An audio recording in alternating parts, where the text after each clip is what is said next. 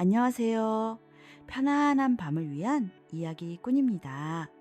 오늘 이야기가 당신의 지친 마음에 작은 위로와 따뜻한 휴식이 되기를 바랍니다. 잠시 세상의 모든 걱정을 내려놓고 이 고요한 이야기 속에 몸을 맡겨보세요. 이야기를 들으시며 마음이 편안해지셨다면 구독과 좋아요를 눌러주세요. 당신의 응원 하나하나가 저희에게는 다음 이야기를 만드는 정말 큰 힘이 됩니다. 그럼 오늘의 이야기 지금 바로 시작하겠습니다. 밤은 깊었습니다. 화전화된 마을이라 불리는 작은 산골 마을. 마을의 가장 구석진 자리, 무너져가는 흙담집 위로 차가운 달빛이 부드럽게 내리쬐고 있었습니다. 겨울의 끝자락을 붙잡은 밤바람이 문틈을 비집고 들어와 방 안의 공기를 칼날처럼 차갑게 만들었습니다. 낮은 신음소리와 함께 집더미 속에서 한 사내가 몸을 뒤척였습니다. 그의 이름은 철수였습니다. 아니, 며칠 전까지만 해도 그는 자신을 우웅이라고 불렀습니다. 따뜻한 아파트, 컴퓨터 화면을 가득 채운 금속 성분표, 그리고 뜨거운 커피 한 잔. 그것이 김웅이라는 현대의 금속공학 기술자가 기억하는 마지막 순간이었습니다. 하지만 다시 눈을 떴을 때 그는 이 낯선 조선 땅에 철수가 되어 있었습니다. 그리고 가장 끔찍한 것은 아니, 철수는 무의식적으로 왼쪽 어깨를 더듬었습니다. 있어야 할 팔이 없었습니다. 어깨 죽지 아래로 매끄럽게 잘려나간 상처. 그것은 이미 오래전에 아문 흉터였습니다.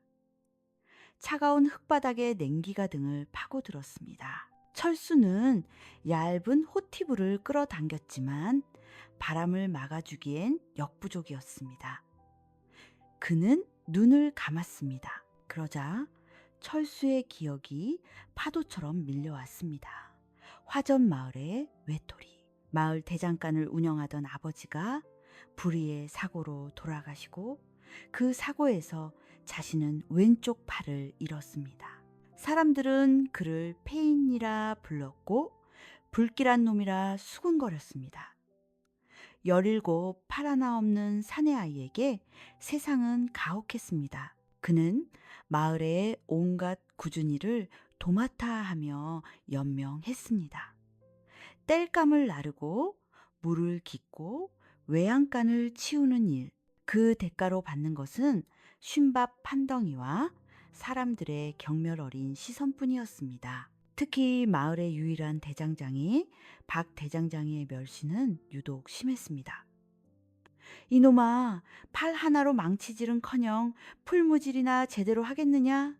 썩 꺼지지 못해. 박 대장장이는 철수의 아버지가 쓰던 낡은 대장간마저 헐값에 빼앗아 갔습니다.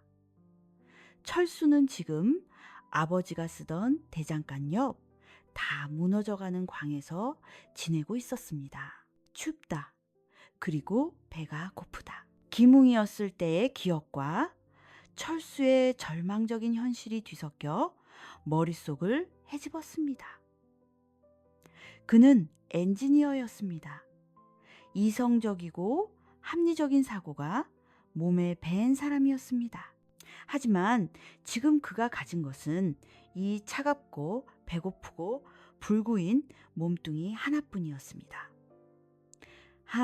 깊고 고른 숨소리 대신 차가운 한숨이 새어나왔습니다. 그는 몸을 웅크렸습니다. 그때 손끝에 차갑고 딱딱한 것이 닿았습니다. 철수는 눈을 떴습니다. 희미한 달빛이 문틈으로 새어 들어와 그가 쥔 것을 비추었습니다. 부러진 칼 조각이었습니다.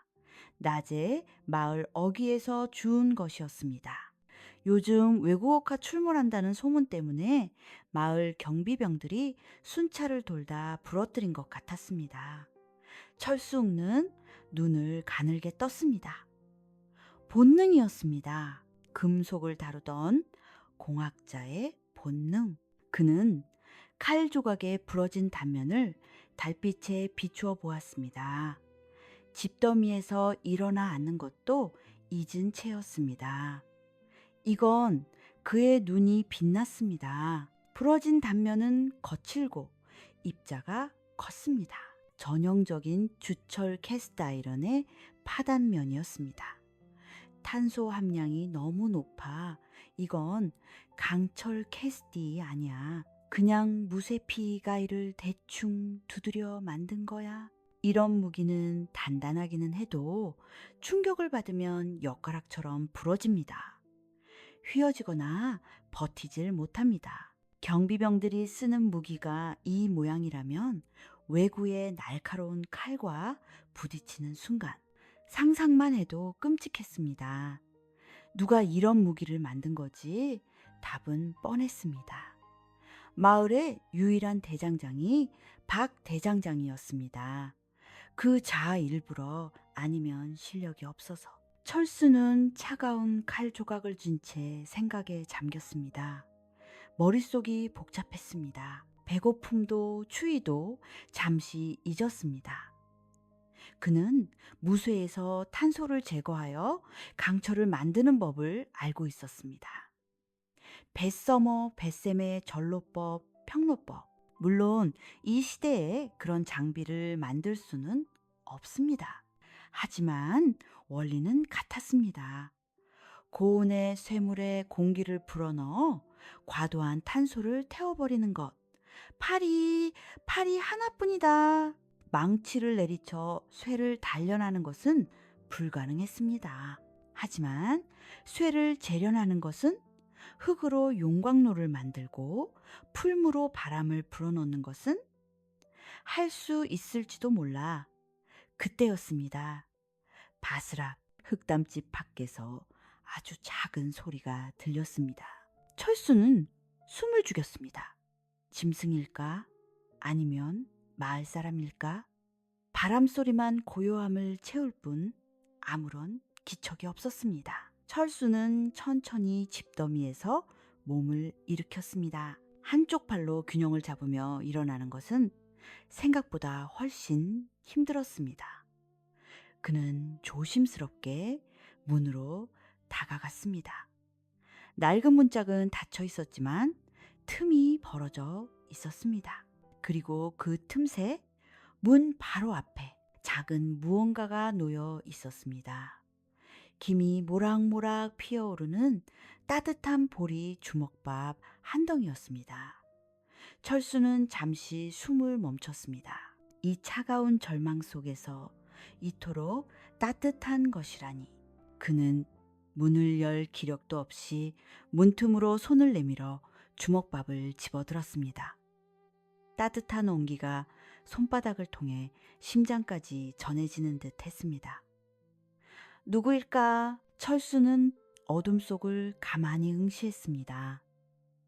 저 멀리 달빛 아래에서 희미하게 사라지는 그림자가 보였습니다. 가녀린 여자아이의 그림자였습니다. 미연이구나. 마을 약재상의 딸 미연. 마을 사람들이 모두 자신을 피할 때도 가끔씩 몰래 다친 곳에 발을 약초를 건네주던 유일한 아이. 철수는 주먹밥을 가만히 내려다 보았습니다. 거친 보리밥이었지만 세상 그 어떤 진수성찬보다 따뜻했습니다. 그는 차가운 칼 조각을 한쪽에 내려놓고 주먹밥을 천천히 한 입 베어 물었습니다. 따뜻한 온기가 온몸으로 퍼져나갔습니다. 아직은 살아갈 수 있을 것 같았습니다. 아니, 살아야만 했습니다. 달빛이 부드럽게 내리쬐고 있었습니다. 철수의 깊고 고른 숨소리가 차가운 방 안을 조금씩 채워가기 시작했습니다. 미연이 죽어간 주먹밥의 온기는 하룻밤을 버티게 할 힘이 되었다. 다음 날 아침이 밝았다.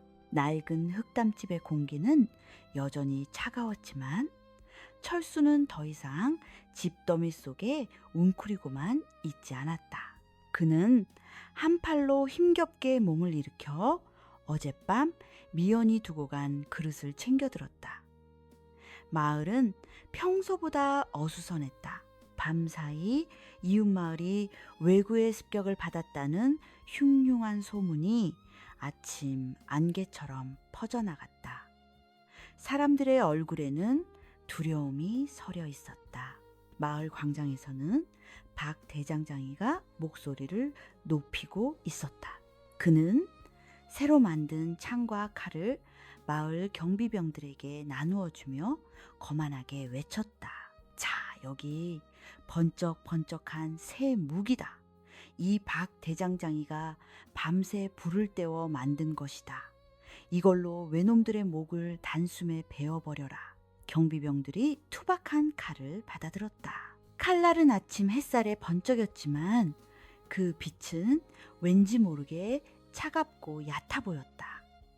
철수는 멀찍이서 그 광경을 지켜보았다. 어젯밤 보았던 부러진 칼 조각이 떠올랐다. 저 무기들도 마찬가지일 터였다. 충격을 받으면 버티지 못하고 부러질 탄소가 너무 많은 무쇠 덩어리. 철수는 조용히 발걸음을 돌렸다. 그는 미연의 약재상으로 빈 그릇을 문 앞에 가만히 내려놓았다. 고맙다는 인사조차 건넬 용기가 없었다. 그는 다시 자신의 낡은 대장간 터로 돌아왔다. 아버지가 쓰던 이제는 잡초만 무성한 그곳을 천천히 둘러보았다. 할 수 있다. 한 팔이라도 쇠를 재련하는 것은 할 수 있다. 그는 흩어진 내화 점토불에 견디는 흙 조각들을 모으기 시작했다. 그날 오후 철수가 낡은 풀무바람을 불어넣는 기구를 한 손으로 힘겹게 손보고 있을 때였다. 마을 어귀로 한 노인이 말을 끌고 들어섰다. 노인은 행색은 초라했으나 쉬 꺾이지 않을 소나무 같은 기상이 있었다. 허리는 꼿꼿했고 매서운 눈빛은 주변을 조용히 압도했다. 그가 바로 수많은 전장을 누비다 은퇴한 이 장군들이라는 것을 화전마을 사람들은 아무도 알지 못했다. 이 장군의 말 안장고리 하나가 부러져 있었다. 그는 마을에서 유일하게 망치 소리가 들려오는 박 대장장이의 대장간으로 향했다. 여보시오, 대장장이. 말 안장고리가 부러졌는데 좀 고쳐줄 수 있겠소. 박 대장장이는 불 앞에서 땀을 뻘뻘 흘리고 있었다. 그는 귀찮다는 듯이 고개를 돌려 이 장군의 남루한 행색을 훑어보았다. 보면 모르시오? 지금 왜구놈들 칠무기 만드느라 눈코 뜰 새 없이 바쁘오. 그깟 쇠고리 하나 고칠 시간이 어디 있소. 급한 일이라 그러. 길을 가야 하는데 정급하면 저기 마을 구석 귀신 대장간 터로 가보시오. 팔 하나 없는 패인 놈이 흙장난이나 치고 있을게요. 박 대장장이는 콧방귀를 끼며 다시 망치질을 시작했다. 이 장군은 더 말하지 않았다. 그는 잠시 박 대장장이의 망치질을 바라보았다. 그 소리는 요란했으나 힘이 제대로 실리지 않고 겉돌기만 했다. 이 장군은 조용히 고개를 저으며 박 대장장이가 가리킨 귀신 대장간 터로 향했다. 철수는 낡은 풀무의 가죽을 한 손으로 꿰매고 있었다. 집중한 그의 얼굴 위로 땀방울이 흘러내렸다. 여기서 대장간 일을 한다고 들었소? 낮고 묵직한 목소리에 철수가 고개를 들었다. 낯선 노인이었지만 그 눈빛은 철순과 전생에서 만났던 평생 한 분야에 몸담았던 노련한 장의의 그것과 닮아 있었다. 이 장군이 부러진 쇠고리를 내밀었다. 고칠 수 있겠소? 철수는 쇠고리를 받아들었다. 만져보는 순간 알 수 있었다. 역시나 어젯밤의 칼 조각과 마찬가지로 거칠게 부러진 무쇠였다. 망치가 없습니다. 철수가 조용히 말했다. 사실 망치가 있다 해도 한 팔로는 제대로 내리치기 힘들었다. 이 장군은 철수의 텅 빈 왼쪽 소매를 잠시 바라보았지만 아무것도 묻지 않았다. 그는 그저 기다렸다. 철수는 쇠고리를 들고 낡은 화덕으로 갔다. 아버지가 쓰던 작은 화덕이었다. 그는 남은 오른손으로 숯을 피우고 풀무질을 했다. 한 손으로 하는 풀무질은 더뎠지만 바람은 꾸준히 화덕으로 들어갔다. 불길이 타오르고 쇠고리가 붉게 달아올랐다. 이제 이것을 붙여야 했다. 망치질 없이는 철숭의 머릿속이 빠르게 회전했다. 단조 가자가 안 된다면 압적가제이다. 망치의 힘이 아니라 지렛대의 원리를 이용한 지속적인 압력과 높은 열. 그는 쇠고리를 불에서 꺼내지 않았다. 대신 풀무질을 더 강하게 했다. 쇠고리가 녹기 직전 하얗게 빛날 때까지 온도를 높였다. 그리고는 쇠고리를 재빨리 꺼내 2개의 무거운 돌덩이 사이에 끼웠다. 그는 곁에 있던 긴 나무 장대를 가져와 한쪽 돌에 끼우고 지렛대 원리를 이용해 힘껏 눌렀다. 치! 요란한 망치 소리 대신 쇠가 눌어붙는 날카로운 소리가 대장간 털을 채웠다. 한 팔로 누르는 힘이었지만 지렛대는 그 힘을 몇 배로 증폭시켰다. 붉은 쇠가 조용히 하지만 강력하게 하나로 합쳐졌다. 이 장군의 눈이 순간 커졌다. 그는 평생 수만 번의 망치질을 보아왔다. 하지만 이런 광경은 처음이었다. 저 사내는 쇠를 때린 것이 아니었다. 쇠의 성질을 정확히 이해하고 다룬 것이었다. 철수는 쇠고리를 물에 담가 식혔다. 촤 하는 소리와 함께 하얀 김이 피어올랐다. 그는 숫돌의 거친 부분을 갈아냈다. 완벽한 모양은 아니었지만 이음새는 단단히 붙어 있었다. 이 장군이 쇠고리를 받아들었다. 그는 고리를 손으로 비틀어 보고 바닥의 돌에 몇 번 내리쳐 보았다. 튼튼했다. 이 장군이 낮은 감탄사를 뱉었다. 그는 철수를 다시 바라보았다. 힘이 아니라 머리를 썼군. 자네, 쇠를 다룰 줄 아는군. 이 장군은 품에서 엽전 몇 푼을 꺼내려다 멈칫했다. 돈은 받지 않겠습니다. 철수가 먼저 입을 열었다. 엽전 몇 푼보다 그에게는 더 절실한 것이 있었다. 대신 혹시 좋은 수단이 있으시다면 조금만 나눠주실 수 있겠습니까? 땔감나무 말고요. 쇠를 재련하기 위해서는 일반 땔감이 아닌 불순물이 적고 화력이 강한 고급 숯이 필요했다.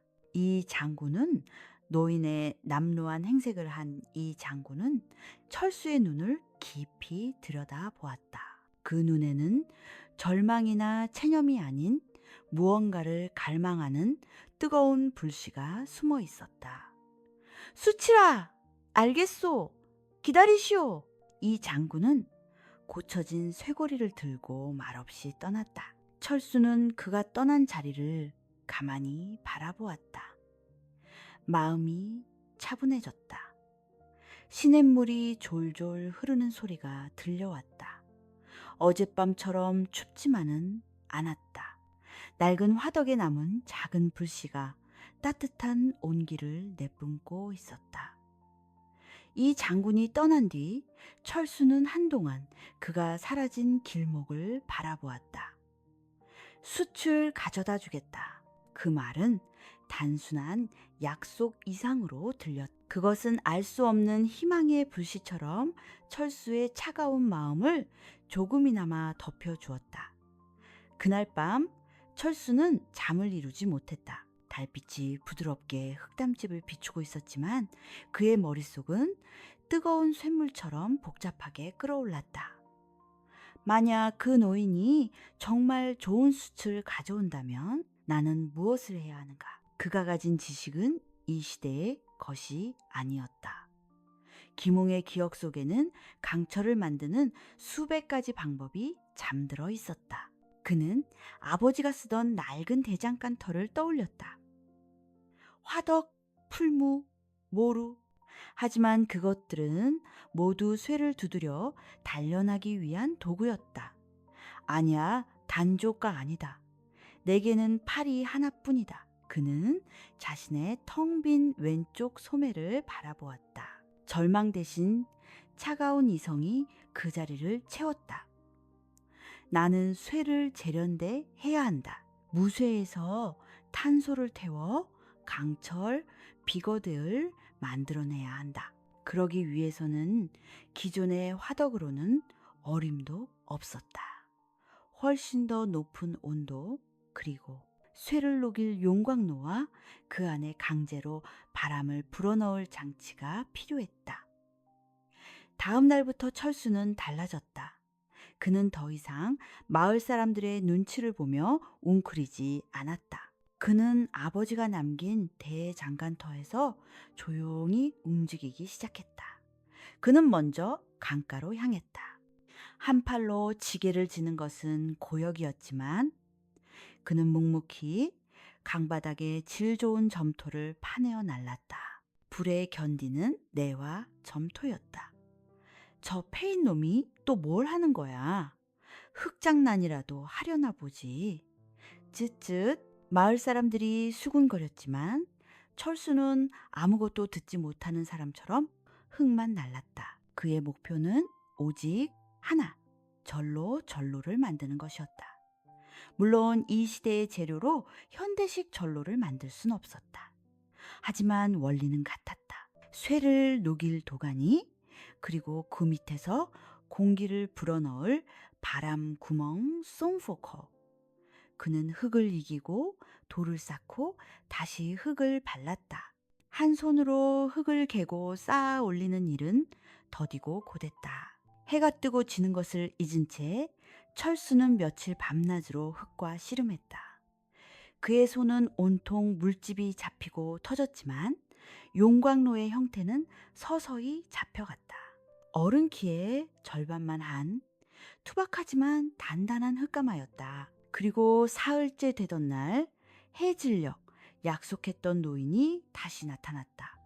그는 빈손이 아니었다. 그의 말 등에는 커다란 자루 2개가 실려 있었다. 숯을 가져왔소. 이 장군이 무심한 듯 말하며 자루 하나를 내려놓았다. 자루가 열리자 검고 단단한 참수 바탄, 이 모습을 드러냈다.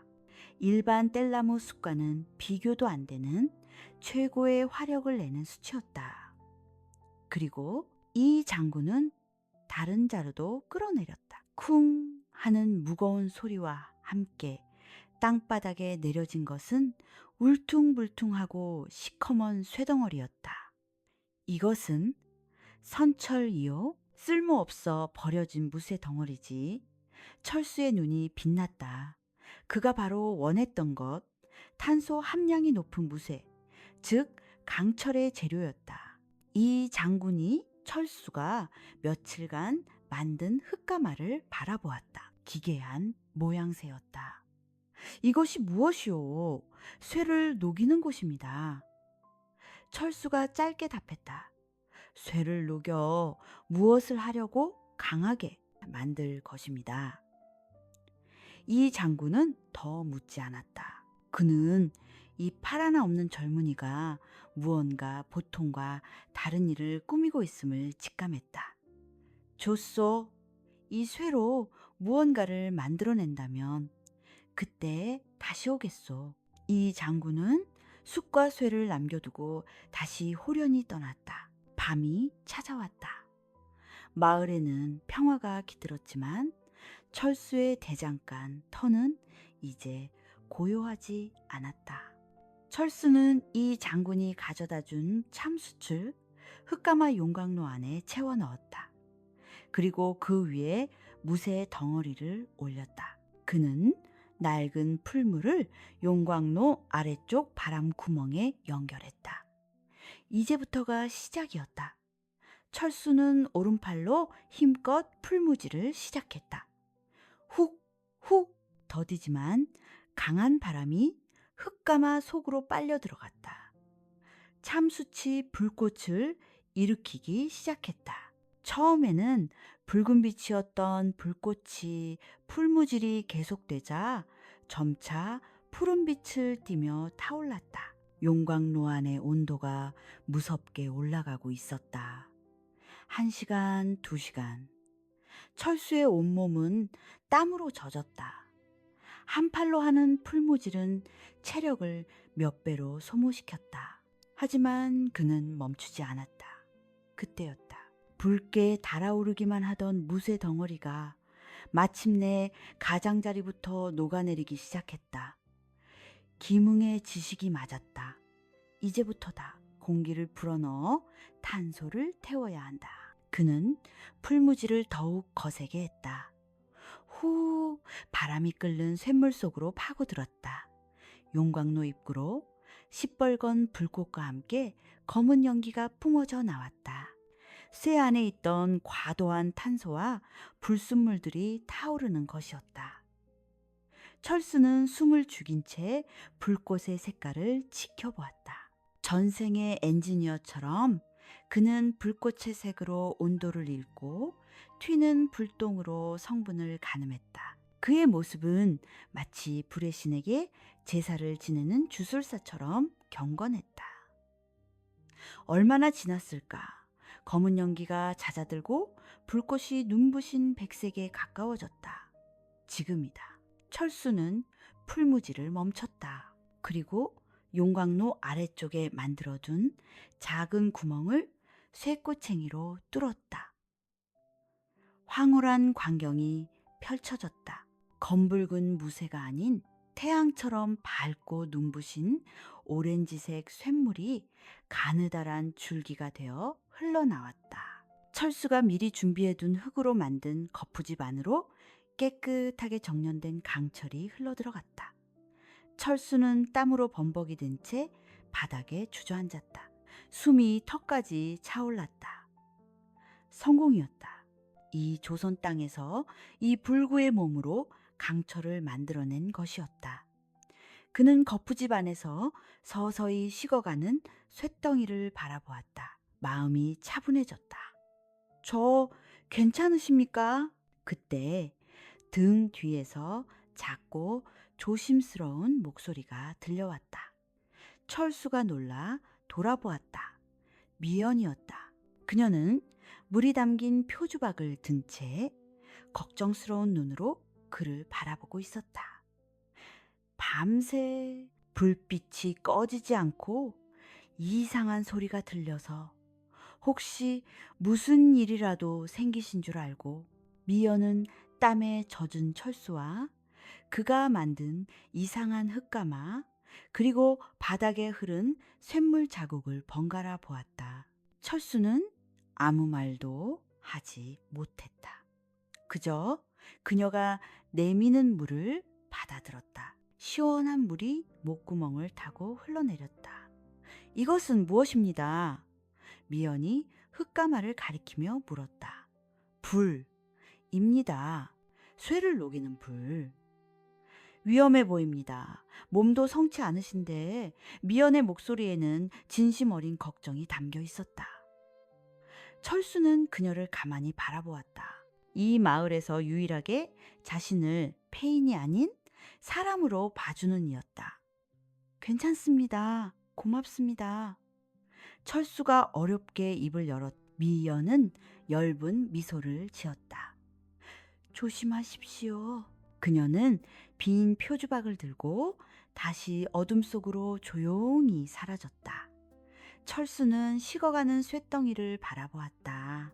그것은 아직 투박한 덩어리에 불과했지만 그의 눈에는 세상에서 가장 아름다운 보석처럼 보였다. 흙냄새와 쇠냄새가 은은하게 퍼지고 있었다. 화롯불이 따뜻하게 타오르던 예전 대장간의 기억이 떠올랐다. 철수는 조용히 눈을 감았다. 모든 걱정이 사라지는 듯했다. 철수가 하룻밤 만에 만들어낸 쇳덩이는 성공의 증표였지만 동시에 새로운 시작에 불과했다. 그것은 강철이었으나 아직 무기라 부를 수는 없는 투박한 원성이었다. 성공했다! 하지만 이건 시작일 뿐이야. 그는 흙가마 용광로를 점검했다. 하룻밤의 격렬한 불길에 흙으로 만든 바람 구멍, 이미 금이가 있었다. 더 크고 더 제대로 된 무언가를 만들려면 이 흙가마와 바람 구멍부터 보강해야 했다. 그의 비밀스러운 밤 작업은 마을 사람들의 눈을 피할 수 없었다. 다음 날 아침, 박 대장장이가 철수의 대장간 터를 찾아왔다. 밤새 이상한 불빛이 번쩍이고 괴상한 소리가 들린다는 마을 사람들의 성화 때문이었다. 이놈! 팔 하나로 모자라 이젠 불장난까지 하는 게냐. 박 대장장이는 쩌렁쩌렁한 목소리로 소리치며 들어섰다. 그리고는 이내 입을 떡 벌렸다. 그의 눈에 들어온 것은 아버지가 쓰던 낡은 화덕이 아니었다. 어른 키 절반만 한 기괴한 모양의 흙가마, 그리고 그 옆에 놓인 시커멓게 식은 쇳덩어리. 박 대장장이는 평생 쇠를 다뤄왔지만 저런 쇳덩이는 처음 보았다. 표면은 매끄러웠지만 무쇠의 거친 느낌과는 달랐다. 그는 쇳덩이를 발로 툭 차보았다. 맑은 소리가 났다. 이 요상한 돌덩이는 뭐냐? 내 놈이 밤새 이걸 만든 게냐? 철수는 대답하지 않았다. 그저 묵묵히 금이 간 바람구멍을 살피고 있을 뿐이었다. 네 이놈, 팔 하나 없는 것도 모자라 이젠 귀신불까지 다루는 게야? 이 불길한 놈. 박 대장장이는 소리쳤다. 그는 철수의 솜씨가 두려운 것이 아니었다. 그저 자신의 대장간 외에 다른 곳에서 쇠를 다룬다는 사실 자체가 싫었다. 당장 이 괴상한 아궁이를 부수지 못할까 마을에 재앙을 불러올 셈이냐.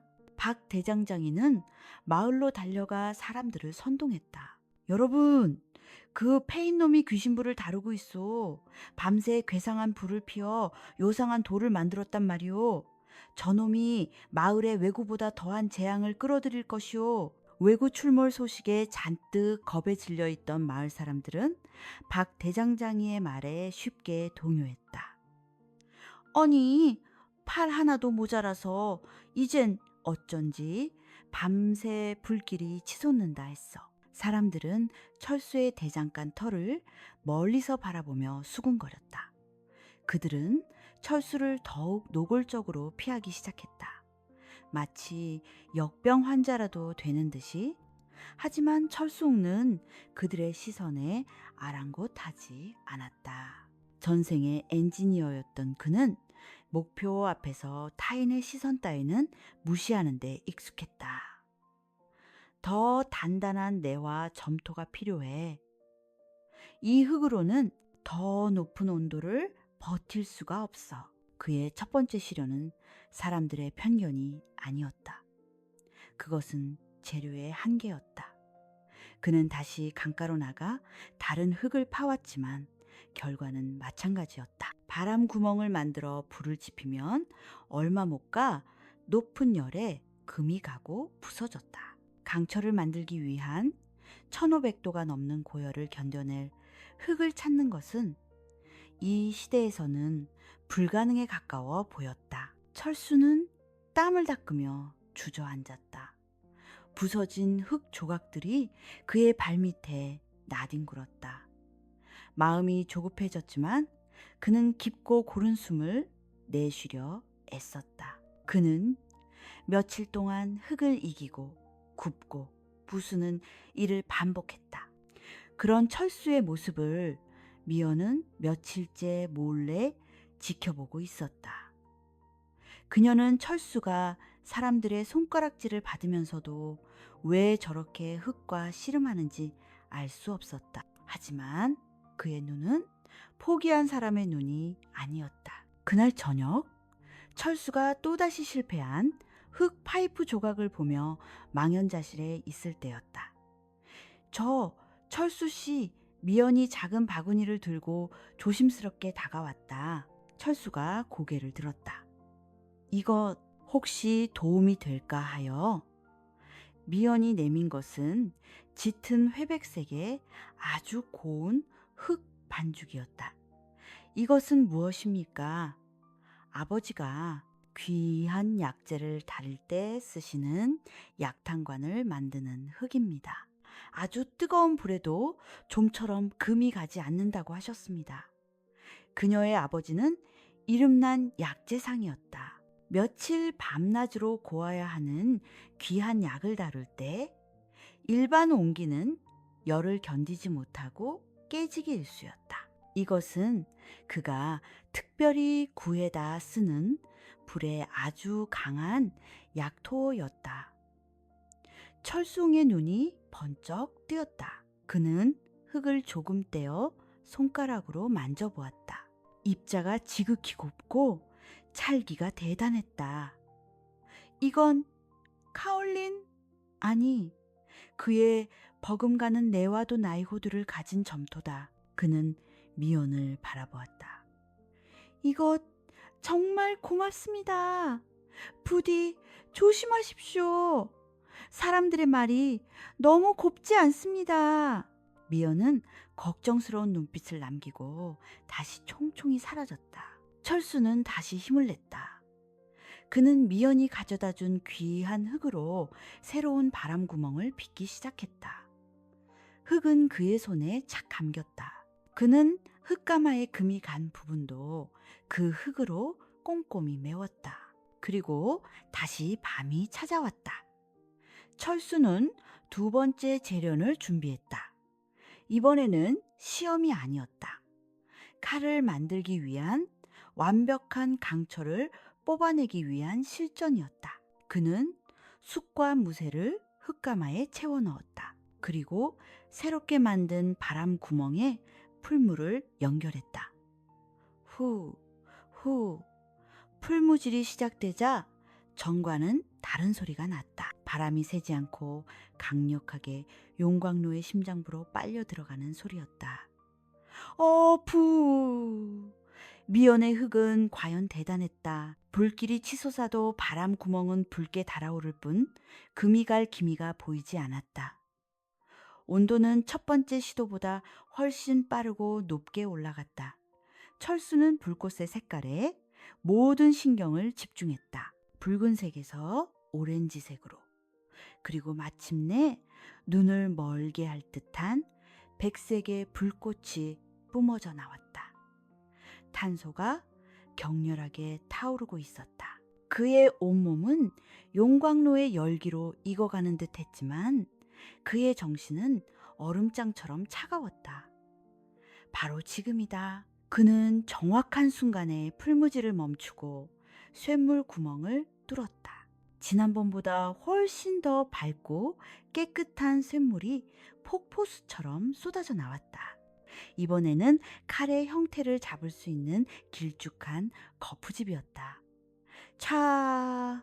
눈부신 오렌지색 강철이 거푸집을 가득 채웠다. 철수는 비로소 긴 숨을 내쉬었다. 그는 식어가는 강철 덩어리 스틸빌레를 바라보았다. 이번에는 완벽했다. 망치질을 기다리는 순도 높은 강철이었다. 밤바람이 솔솔 불어왔다. 귀뚜라미 소리가 고요함을 채웠다.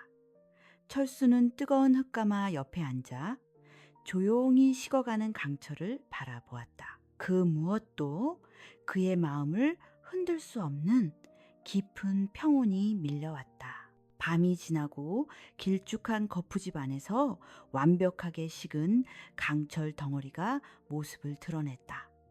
철수는 조심스럽게 거푸집을 떼어냈다. 숯검댕이에 그을려 시커멓긴 했지만 표면은 매끄럽고 단단했다. 박 대장장이가 만든 무쇠 칼처럼 구멍이 숭숭 뚫려 있지도 거칠지도 않았다. 이제 이것을 칼로 만들어야 한다.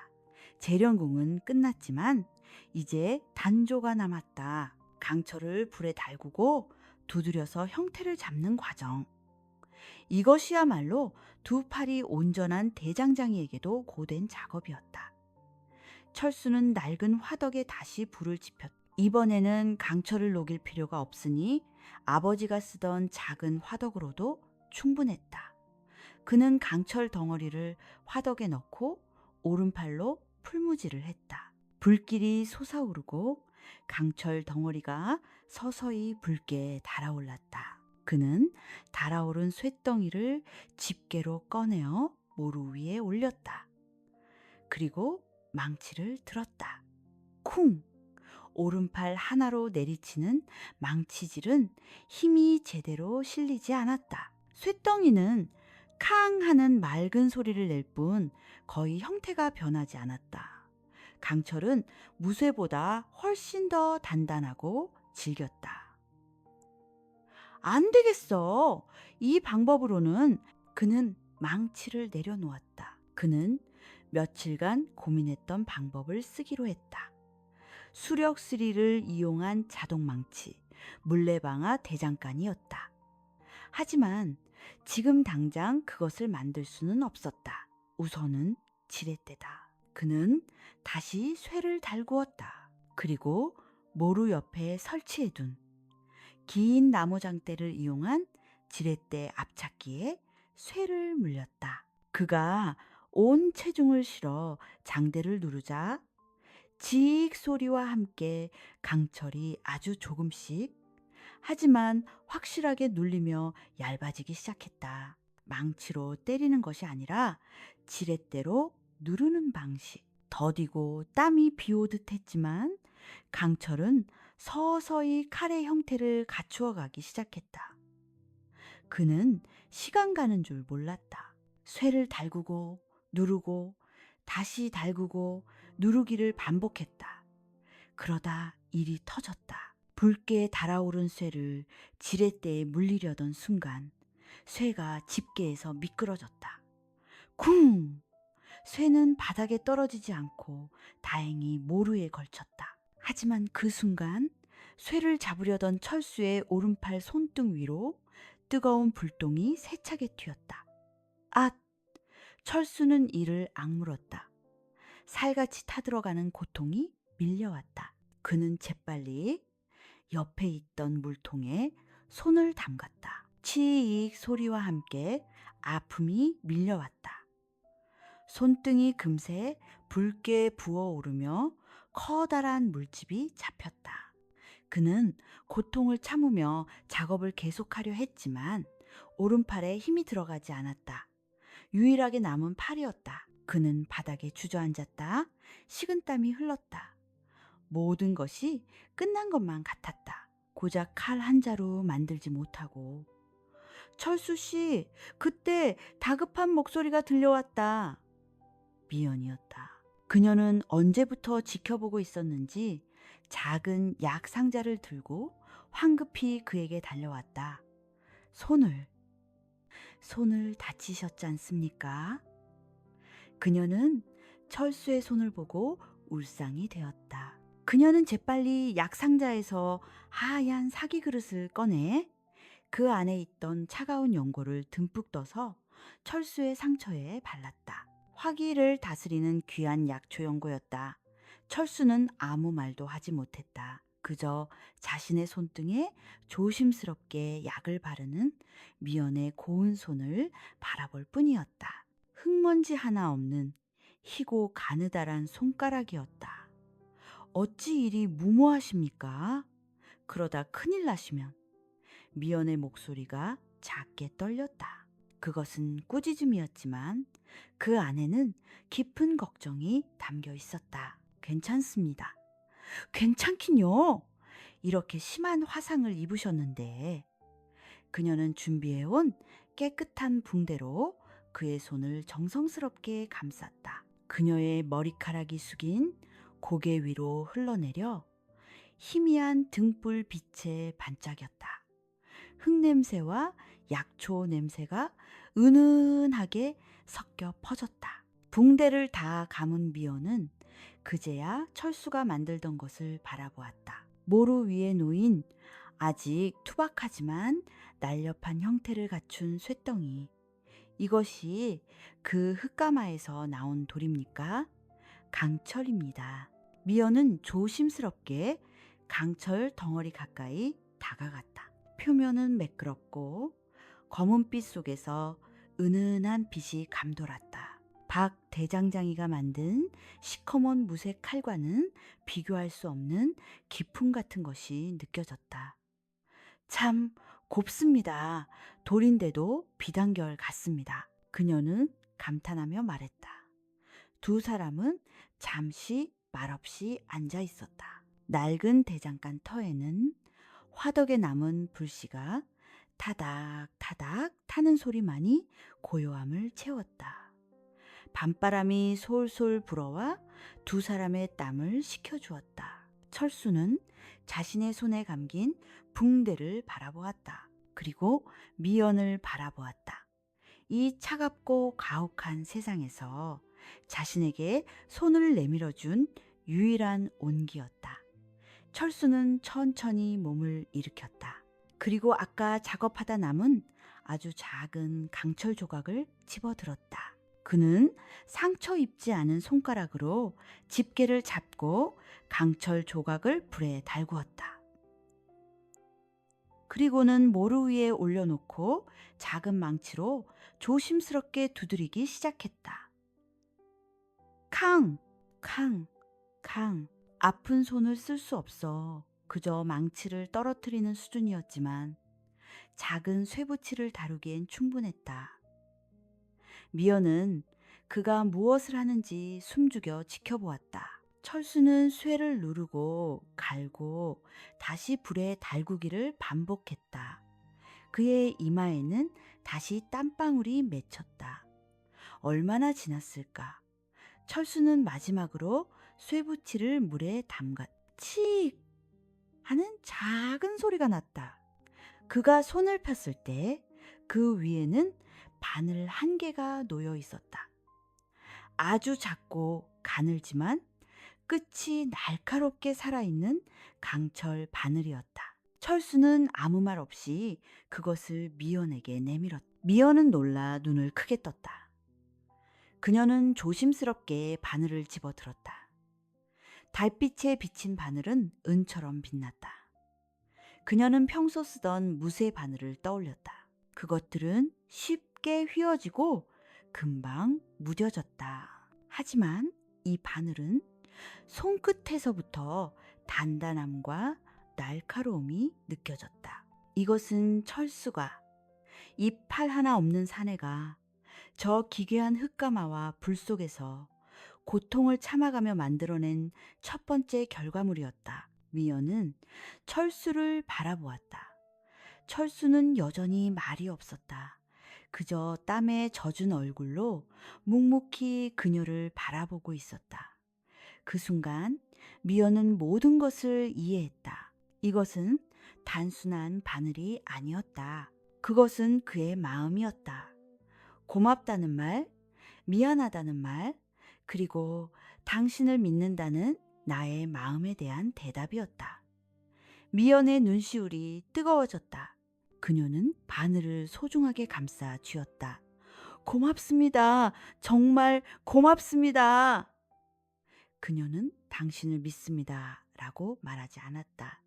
대신 이렇게 말했다. 내일 새 약을 가져다 드리겠습니다. 꼭 조심하셔야 합니다. 철수가 작게 고개를 끄덕였다. 미연은 달빛 속으로 조용히 사라졌다. 철수는 그녀가 사라진 자리를 한참이나 바라보았다. 손등의 상처는 여전히 쓰라렸지만 마음은 이상하게도 따뜻하고 평온했다. 화롯불이 따뜻하게 타오르고 있었다. 미연이 다녀간 후 철수의 낡은 대장간 터에는 작은 온기가 남았다. 손등의 화상은 쓰라렸지만 그녀가 주고 간 약초 연고는 신기하리만치 화기를 잘 다스려 주었다. 그리고 무엇보다 그녀가 쥐어준 약토야와 그녀의 믿음, 어린 눈빛이 철수에게는 더 큰 약이 되었다. 그는 며칠간 손을 쉬어야 했다. 하지만 그는 멈추지 않았다. 오른팔을 쓸 수 없다면 머리를 쓰면 되었다. 그는 대장간 터 옆을 흐르는 작은 시냇물을 바라보았다. 물레방아, 수려의 망치. 그는 아픈 손을 이끌고 나무를 자르고 깎고 조립하기 시작했다. 한 손으로 하는 작업은 끔찍할 정도로 더뎠다. 하지만 그는 포기하지 않았다. 며칠 밤낮에 걸쳐 그는 마침내 작은 물레방아와 그 힘으로 쇠를 누를 수 있는 투박한 수압쇠 단조기의 뼈대를 완성했다. 손등의 상처가 어느 정도 아물었을 무렵 그는 다시 화덕에 불을 지폈다. 그가 만든 길쭉한 강철 덩어리가 다시 붉게 달아올랐다. 이번에는 그가 만든 지렛대 앞찾기나 손망치가 아니었다. 그는 붉은 쇳덩이를 물레방아의 힘으로 움직이는 나무 망치 아래에 놓았다. 쿵쿵. 일정하지만 인간의 힘과는 비교할 수 없는 강력한 힘이 강철을 내리눌렀다. 그는 쇠를 달구고 누르고 다시 달구고 갈아내기를 열흘 밤낮으로 반복했다. 흙먼지를 뒤집어 쓰고 땀에 젖은 그의 모습은 마을 사람들이 알던 폐인 철수가 아니었다. 그는 하나의 목표에 몰두한 장인이었다. 그리고 마침내 그의 손에서 첫 번째 건김이 완성되었다. 그것은 박 대장장이가 만든 무쇠칼처럼 요란하게 번쩍이지 않았다. 대신 검날은 달빛을 머금은 듯 깊고 은은한 푸른빛을 띠고 있었다. 검씨는 가볍고 날렵했으며 손잡이는 그의 유일한 오른손에 꼭 맞게 만들어졌다. 철수는 완성된 검을 가만히 내려다보았다. 이것은 단순한 무기가 아니었다. 김웅의 지식과 철수의 절박함이 만나 피어난 첫 번째 꽃이었다. 그는 검을 들고 대장간 터 옆에 있는 굵은 소나무로 다가갔다. 그는 숨을 깊게 들이마셨다. 그리고 유일한 팔로 검을 내리쳤다. 쓱! 소리조차 거의 나지 않았다. 검날은 나무 껍질을 부드럽게 파고들며 깊숙이 밝혔다. 무쇠 칼로는 어림도 없는 절삭력이었다. 철수는 검을 뽑아들었다. 검날에는 조금의 이도 나가지 않았다. 그는 조용히 웃었다. 마음이 차분해졌다. 바로 그날 오후였다. 약속했던 노인 이 장군이 다시 대장간 터를 찾아왔다. 그는 말없이 철수가 만든 물레방아 단조기와 그 옆에 놓인 검을 바라보았다. 이것이 그 무쇠 덩어리로 만든 것이요. 철수는 말없이 검을 그에게 건넸다. 이 장군은 검을 받아들었다. 그는 평생을 전장에서 보낸 무장이었다. 검을 쥐어보는 순간 그는 그 무게중심과 날카로움을 즉각 알아차렸다. 가볍군, 허나 단단해. 이 장군은 감탄을 숨기지 않았다. 그는 허리춤에서 자신의 검을 뽑아들었다. 그것은 이름난 장인이 만든 값비싼 보검이었다. 시험해 보아도 되겠소. 철수는 고개를 끄덕였다. 이 장군은 두 검을 높이 들었다. 주변의 공기가 팽팽해졌다. 첸 맑고 높은 소리가 울려 퍼졌다. 두 검이 허공에서 부딪혔다. 이 장군은 자신의 검을 들어 올렸다. 그의 보검날에는 머리카락 한 올 굵기의 작은 이가 나가 있었다. 그는 철수의 검을 바라보았다. 철수의 검날은 매끄러웠다. 조금의 흠집도 없었다. 허허허. 이 장군은 처음으로 소리내어 웃었다. 그는 철수를 바라보는 눈빛은 더 이상 호기심이 아니었다. 그것은 경의, 와 존중이었다. 자네 이것을 강철이라 불렀던가.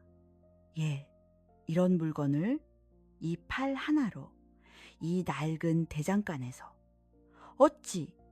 이 장군은 말을 잇지 못했다. 그는 검을 소중하게 다시 칼집에 꽂으며 중대한 결심을 한 듯 입을 열었다. 나는 사실 한양에서 물러나 낙향한 늙은 장수일 뿐이요. 허나 내게는 아직 나를 따르는 몇몇의 군사들이 있지. 그는 철수를 똑바로 바라보았다. 이 검 열 자루 열흘 안에 만들어줄 수 있겠소? 내 병사들에게 쥐어줄 진짜 칼이 필요하오. 철수의 심장이 크게 뛰었다. 열 자루 열을 한 팔로 할 수 있습니다. 좋소. 이 장군은 품에서 묵직한 돈 주머니를 꺼냈다. 이것은 계약금이오. 재료는 내가 구해주겠네. 쇠든 수치든 필요한 것을 말하시오. 철수는 태어나서 처음으로 그렇게 큰 돈을 손에 쥐어보았다. 그것은 단순한 돈이 아니었다. 그것은 인정이었고 신뢰였다. 이 장군이 떠나자 철수는 돈주머니를 들고 한참을 서 있었다. 그날 저녁 철수는 난생 처음으로 쌀을 샀다. 그리고 작은 고기 한 덩이와 따뜻한 옷 한 벌을 샀다. 그는 더 이상 무너져가는 흙담집에서 자지 않았다. 그는 계약금으로 아버지가 쓰던 낡은 대장간 건물을 수리하기 시작했다. 비가 새던 지붕을 고치고 바람이 들어오던 문틈을 메웠다. 삶이 시작되고 있었다. 그리고 그는 가장 먼저 미연의 약재상을 찾아갔다. 미연은 며칠 만에 본 철수의 모습에 조금 놀란 듯했다. 그는 더 이상 웅크리고 다니지 않았고 얼굴은 숯검댕으로 얼룩졌지만 눈빛은 당당했다. 철수는 말없이 작은 꾸러미를 내밀었다. 이것은 미연이 꾸러미를 풀자 그 안에는 아주 잘 만들어진 작은 칼 세 자루가 들어있었다. 강철로 만들어져 은빛으로 빛나는 약초를 다듬는 칼이었다. 철수 씨, 이것은 약토. 고마웠습니다. 철수가 어렵게 말했다. 이것은 잘 듭니다. 무쇠 칼처럼 녹슬지도 않을 것입니다. 미연은 날카롭고 깨끗한 칼을 바라보았다. 그녀의 아버지가 쓰던 무쇠의 약칼과는 비교도 되지 않았다. 그녀는 철수를 바라보며 환하게 웃었다. 그녀의 미소는 봄날의 햇살처럼 따뜻했다. 철수는 처음으로 그녀를 마주보며 작게 고개를 숙여 인사했다. 그날 밤 철수는 새로 고친 대장간 방에 누웠다. 천장에서는 더 이상 비가 새지 않았고 문틈으로 들어오던 바람도 멎었다. 화롯불이 따뜻하게 타오르고 있었다. 깊고 고른 숨소리와 함께 철수는 오랜만에 깊은 잠에 빠져들었다.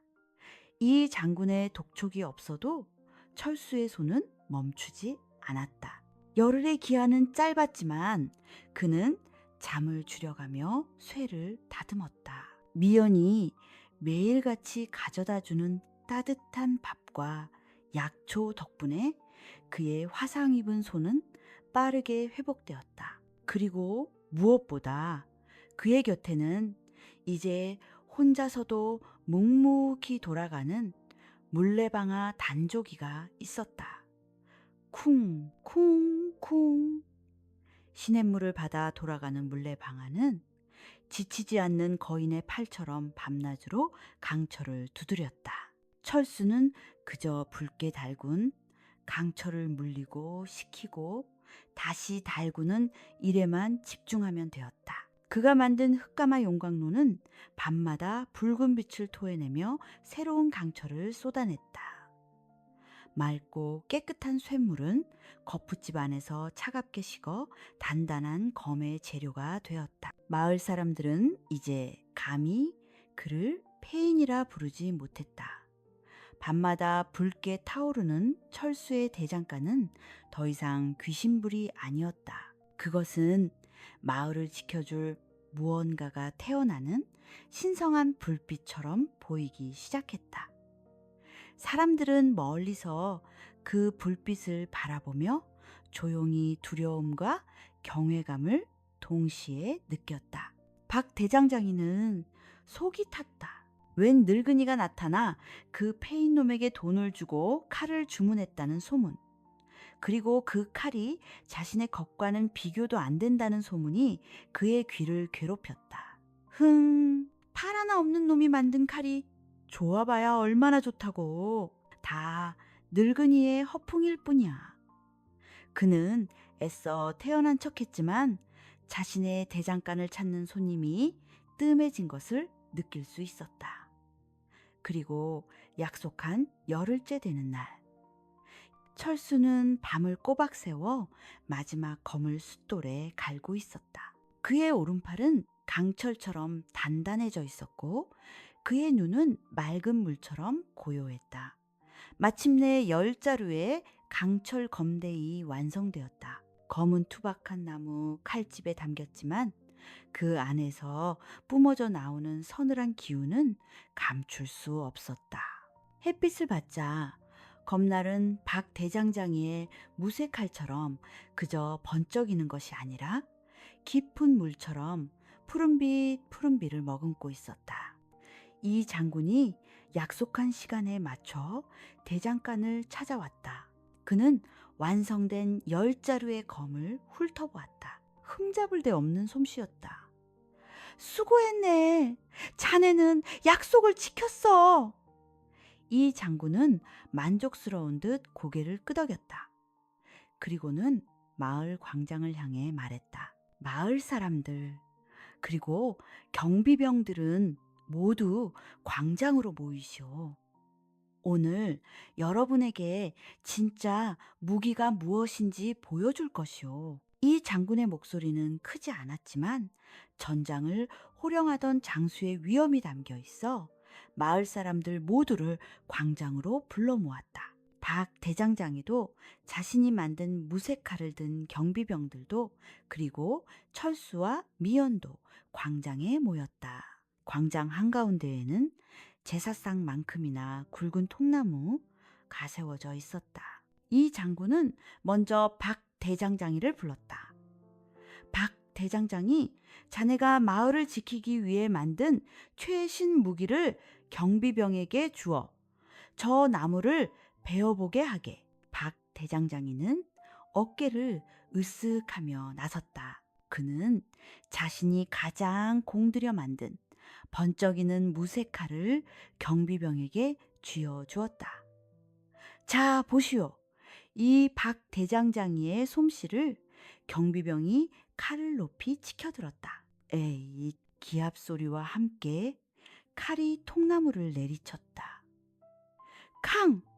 둔탁한 소리가 났다. 칼은 나무에 밝히기는커녕 절반쯤 부러진 채 부러졌다. 바닥으로 튕겨나갔다. 쨍그랑 부러진 칼 조각이 돌바닥에 떨어지는 소리가 광장을 얼어붙게 만들었다.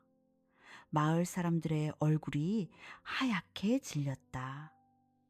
저것이 왜구와 싸울 무기란 말인가? 박 대장장이의 얼굴은 흑빛이 되었다. 아니, 이건 나무가 너무 단단해서. 이 장군은 아무 말 없이 자신이 데려온 병사 중 한 명에게 철수의 강철검을 건넸다. 자네가 해보게. 병사는 조용히 검을 뽑아들었다. 푸른빛이 도는 검날이 햇빛에 서늘하게 빛났다. 병사는 숨을 깊게 들이마셨다. 그리고 검을 휘둘렀다. 스윽 소리가 거의 나지 않았다. 마치 뜨거운 칼로 물을 베는 듯 강철 검은 아무런 저항 없이 통나무를 파고들었다. 병사가 검을 빼내자 나무에는 손가락, 두 마디는 좋게 들어갈 만큼 깊고 깨끗한 칼자국이나 있었다. 광장에는 침묵이 흘렀다. 사람들은 자신들의 눈을 의심했다. 방금 전 무쇠칼이 부러져 나간 바로 그 자리에 저 팔 하나 없는 사내가 만든 검은 흠집 하나 없이 깊은 상처를 낸 것이었다. 이 장군이 부러진 무쇠 칼 조각을 집어 들었다. 이것이 박 대장장이의 칼이요. 탄소만 많아 단단하기만 할 뿐 충격에 부서지는 무쇠 덩어리지. 그리고 철수의 검을 가리켰다. 그리고 이것이 철수가 만든 강철 검이요. 쇠를 녹여 불순물을 태워낸 질기고 날카로운 진짜 칼이요. 사람들의 시선이 일제히 철수에게로 향했다. 그 시선 속에는 더 이상 경멸이나 동정이 없었다.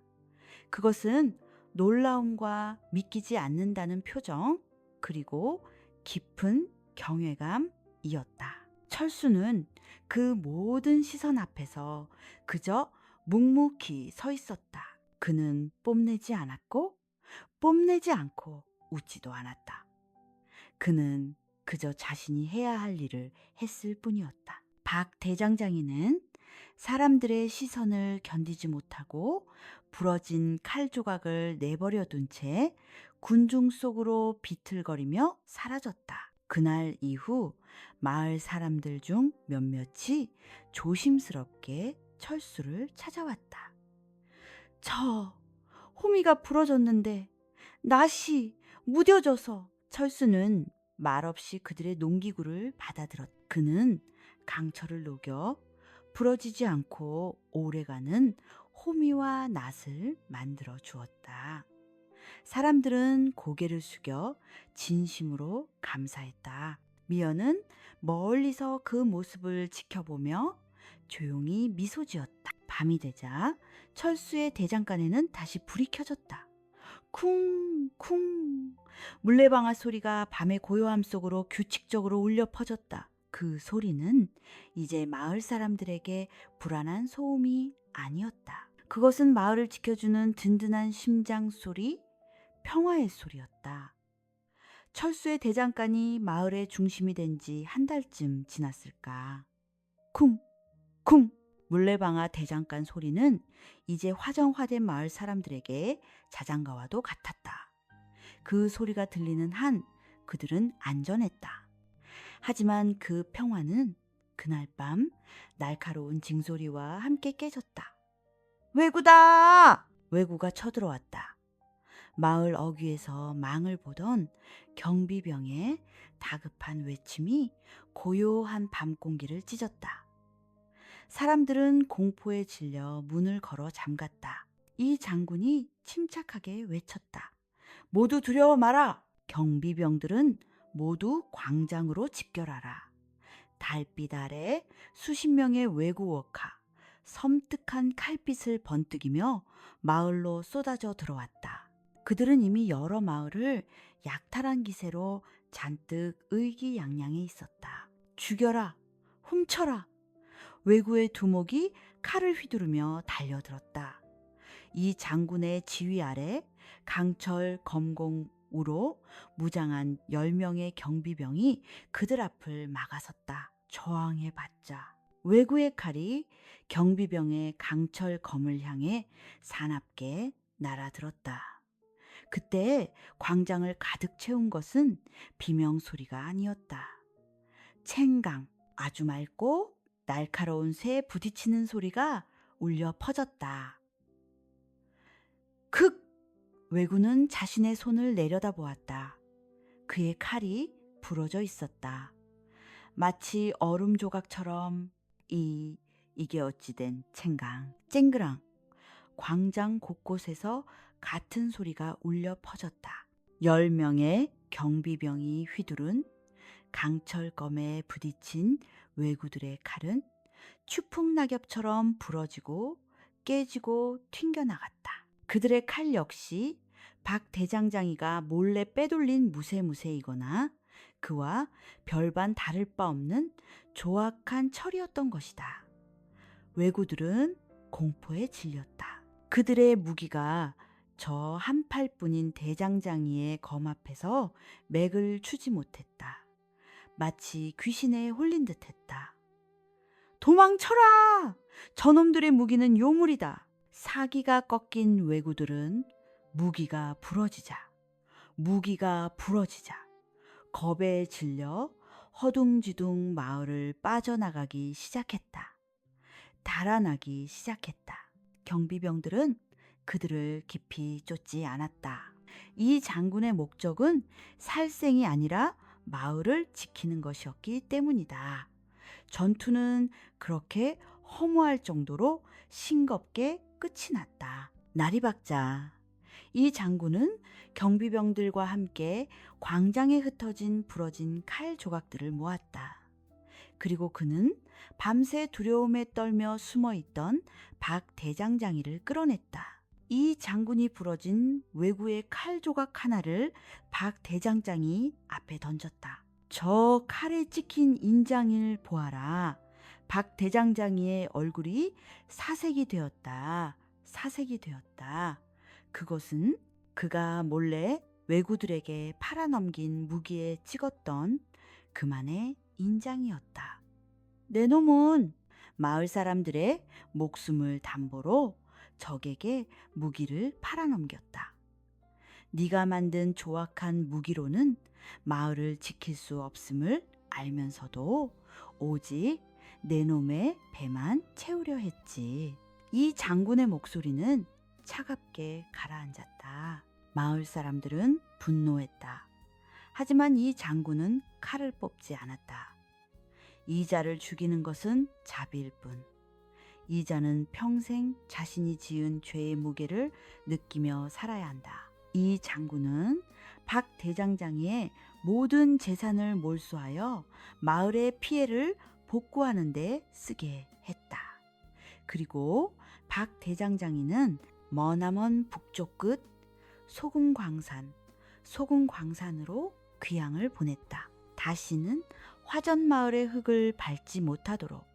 그것은 피를 보지 않은 하지만 가장 무거운 인간적인 처벌이었다. 그 후 화전마을에는 진정한 평화가 찾아왔다. 이 장군은 한양간야의 궁궐로 서신을 올렸다. 팔 하나 없는 젊은 대장장이가 무쇠를 녹여 강철을 만들었고 그 거미 나라를 위기에서 구했다는 내용이었다. 몇 달 뒤 궁궐에서 어명이 내려왔다.